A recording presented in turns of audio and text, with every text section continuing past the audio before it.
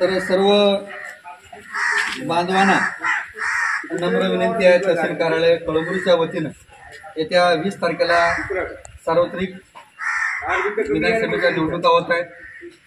तर सर्वांनी येत्या 20 तारखेला आपल्या गावातील जे मतदान केंद्र आहे त्या केंद्रावर जावं। 100% आपण आपलं मतदान करायचं। आपल्या कुटुंबामध्ये जे अंध आहेत, आपण काय त्यांना चालता येत नाही, अशा लोकांना सुद्धा आपण त्या ठिकाणी सरकारने घेऊन जायचं आणि त्यांना वयोवृद्ध लोकांना सुद्धा आपण घेऊन जायचं। त्यांचं सुद्धा 100% मतदान आपल्याला करायचं आहे।